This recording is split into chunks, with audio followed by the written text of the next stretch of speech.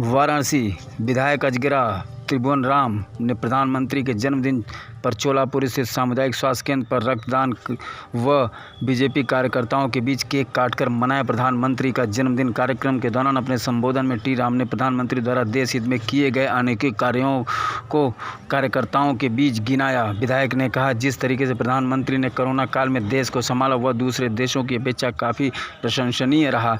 कार्यक्रम में बीजेपी महिला मोर्चा की महिलाएं भी रही शामिल व बीजेपी कार्यकर्ताओं में देखने को मिला उत्साह। महिला मोर्चा की महामंत्री किरण मिश्रा ने भी अपने टीम के साथ जब बढ़ चढ़कर लिया हिस्सा।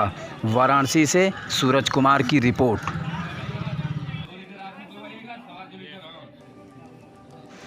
विधायक जी, आज प्रधानमंत्री का जन्मदिन है, कहाँ मना रहे हैं और कैसे? आज माननीय प्रधानमंत्री श्री नरेंद्र मोदी जी की 72वीं वर्षगांठ है और इस अवसर पर हम लोग आज सामुदायिक स्वास्थ्य केंद्र चोलापुर में रक्तदान शिविर से आरंभ किए हैं और सर्वप्रथम माननीय प्रधानमंत्री मोदी जी के जन्मदिन के अवसर पर हम लोगों ने पहले केक काटी है और उसके बाद रक्तदान का कार्यक्रम शुरू हो चुका है। और आप सभी जानते हैं कि माननीय मोदी जी आज ही के दिन 1950 में उनका जन्म बादनगर में हुआ था और प्रारंभिक शिक्षा के बाद उन्होंने 1967 में ही आरएसएस ज्वाइन कर लिया था। 1980 में माननीय प्रधानमंत्री जी तत्समय बीजेपी में आए हैं और पहले प्रचारक रहे थे आरएसएस के, उसके बाद वो जो महासचिव संगठन बन गए थे और वो इतने पॉपुलर उस समय भी थे कि उन्होंने सबको जोड़ने की कोशिश की और उसी का की परिणति यह रही कि 2001 में माननीय मोदी जी को चीफ मिनिस्टर गुजरात का बनाया गया और गुजरात का जो विकास था पूरी दुनिया में मॉडल के रूप में देखा जाता था, गुजरात विकास मॉडल। और उसके लिए सारी देन माननीय मोदी जी की थी। जब 2014 में चुनाव हो रहा था उसके पूर्व हर घर में हर बच्चे की जुबान पर था अब की बार मोदी सरकार, अब की बार मोदी सरकार। और माननीय मोदी जी को 2/3 बहुमत से 2014 में इस देश का प्रधानमंत्री बनाया गया, 14वां प्रधानमंत्री बने।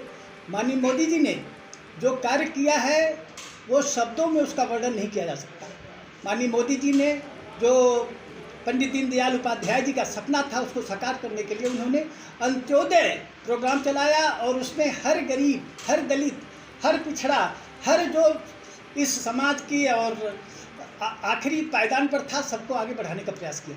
माननीय मोदी जी की सोच, उनकी विचारधारा और उनके काम पूरी दुनिया में दिखाई पड़ता है और यही कारण है कि माननीय मोदी जी को सारी दुनिया इस समय सबसे बड़े नेता के रूप में देख रही है और उनसे उम्मीद भी करती है कि निश्चित रूप से 135 करोड़ की आबादी जो है वो 2047 तक अपने पैरों पर पूरी तरह से खड़ी हो जाएगी, सभी लोग आत्मनिर्भर हो जाएंगे, देश विकसित देशों की श्रेणी में आ जाएगा। ये मोदी जी की ही देन है कि 2019 से जो कोरोना आया, कोरोना काल में सबकी आर्थिक स्थिति हर देश की खराब हो गई, लेकिन माननीय मोदी जी की सोच थी कि उन्होंने कहा कि हम इस जो अभाव है इस अभाव को बदलकर हम इसको एक तरह से देश के लिए प्रगति का केंद्र बना देंगे। और उस समय भी माननीय मोदी जी ने आत्मनिर्भर कार्यक्रम चलाया जिसमें 48,000 करोड़ रुपया दिया गया। और आप जानते हैं कि आज जो जिस चीज़ की ज़रूरत है माननीय मोदी जी वही कर रहे हैं। गरीबों को क्या चाहिए? गरीबों को राशन चाहिए, गरीबों को उनका जो लिविंग स्टैंडर्ड है उसको ऊंचा करने की बात है, उसमें माननीय मोदी जी ने कहीं कोई कसर नहीं छोड़ी है। किसानों को सम्मान देने की किसान सम्मान निधि दिया, लोगों को जितने गरीब लोग हैं, जितने हमारे लेबर लोग हैं, उन सभी लोगों का इंश्योरेंस कराया। और यही नहीं, माननीय मोदी जी का सपना जो है वो ये है कि ये देश इतना अपने पैरों पर खड़ा हो जाए कि सारी दुनिया इसको देखे।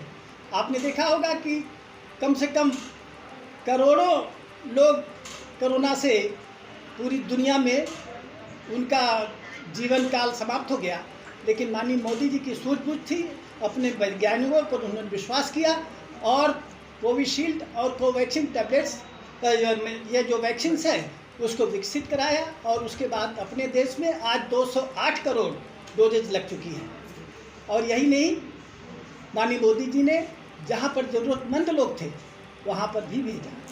माननीय मोदी जी की सोच कितनी बड़ी है, इससे इस बात का, उनके राजधर्म का इस बात से पता भी लगता है कि उन्होंने कहा था कि एक विधान, एक संविधान और एक निशान।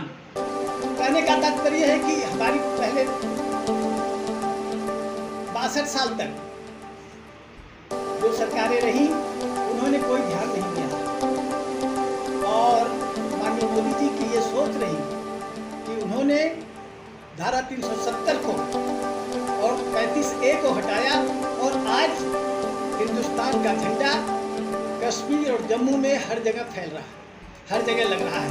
ये बहुत बड़ी, जम्मू कश्मीर से कन्याकुमारी तक एक हो चुका है।